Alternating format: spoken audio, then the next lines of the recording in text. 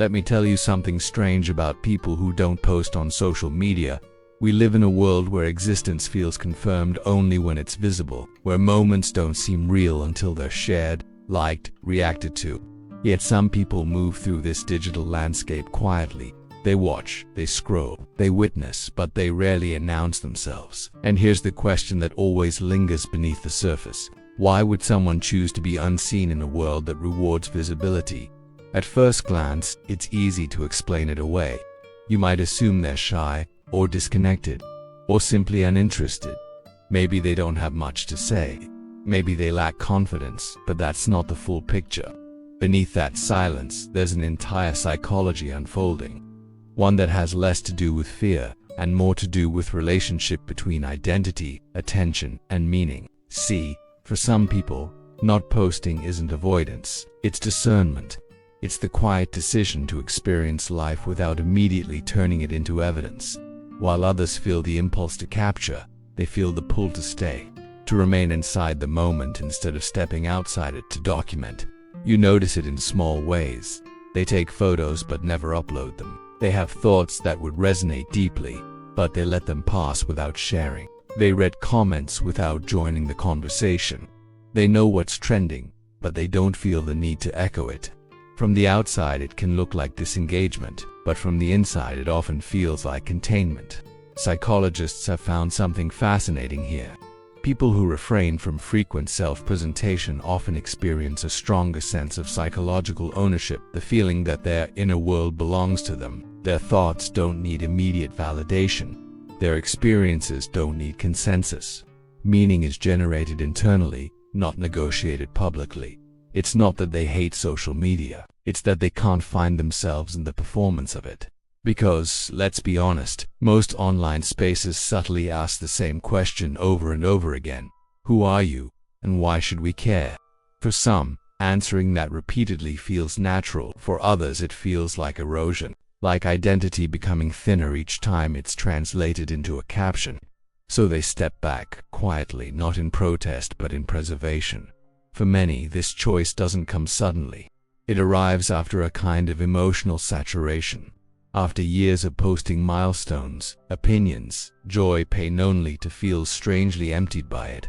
After realizing that being seen doesn't always mean being understood, that attention can feel warm and hollow at the same time. There's often a moment, not dramatic, just clarifying, when you notice how quickly a meaningful experience becomes content, how reflection turns into performance, how presence dissolves into presentation, and something inside you resists.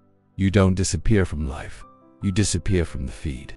Here's what's often misunderstood. People assume those who don't post are hiding, that they're holding back. But often the opposite is true. They're living fully, just privately. Their joy doesn't need witnesses. Their grief doesn't need translation. Their growth doesn't need applause. There's a deeper psychological pattern here. Something like internal locus of meaning. When value comes from alignment rather than reaction. When identity isn't shaped by how it lands, but by how it feels. Because when you stop posting, you stop performing coherence. You're allowed to be unfinished, contradictory, quietly evolving. No explanations required. Culture, however, doesn't make this easy. We've learned to equate visibility with relevance, silence with absence. If you're not posting, you must not be doing much. But that's a cultural shortcut, not a truth, because, think about it. When was the last time you experienced something deeply meaningful and didn't tell anyone? Not because it wasn't important, but because it felt complete on its own. This is where the paradox begins. Not everyone who doesn't post is doing so from peace. Some are recovering, some are overwhelmed, some learned early that exposure comes with cost, that being visible invites scrutiny, that sharing too much leads to misunderstanding. For them, silence isn't serenity, it's safety.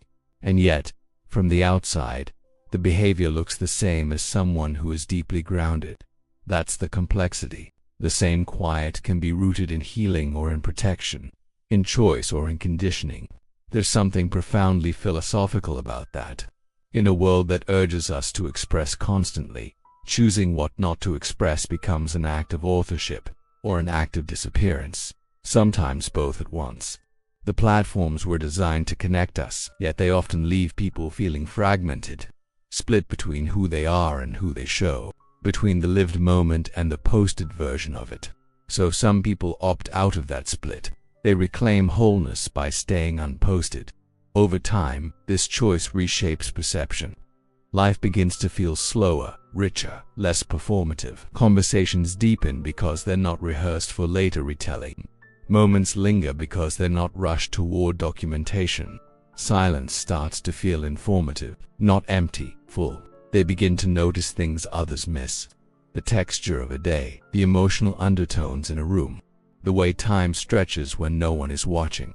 Their inner world becomes a place to inhabit, not a resource to mine. Science touches this briefly. Studies on self-presentation suggest that reduced external validation seeking correlates with lower stress reactivity and higher emotional congruence. When the nervous system isn't bracing for feedback, it settles. When identity isn't constantly mirrored, it stabilizes. But biology doesn't explain the whole story, because sometimes not posting also means not asking for help, not sharing struggle, not being seen when visibility could heal. Silence can protect, but it can also isolate. And that's why people who don't post are often misunderstood. Others project mystery onto them, or strength, or indifference. Rarely do they imagine tenderness, or complexity, or longing. Their quiet is mistaken for distance, when often it's intimacy with themselves. Maybe that's what real confidence looks like. Not the confidence to be seen, but the confidence to remain. To trust that who you are doesn't diminish when no one is watching. Maybe some experiences are too sacred for metrics, too alive for timelines, too personal to translate. So the next time you notice someone who never posts, don't assume they're hiding. Maybe they're listening or remembering, or simply living a life that doesn't need witnesses to be real. And maybe, just maybe, the most human thing you can do in a world obsessed with being seen is to keep something entirely for yourself, because being unseen doesn't mean being empty. Sometimes it means being full.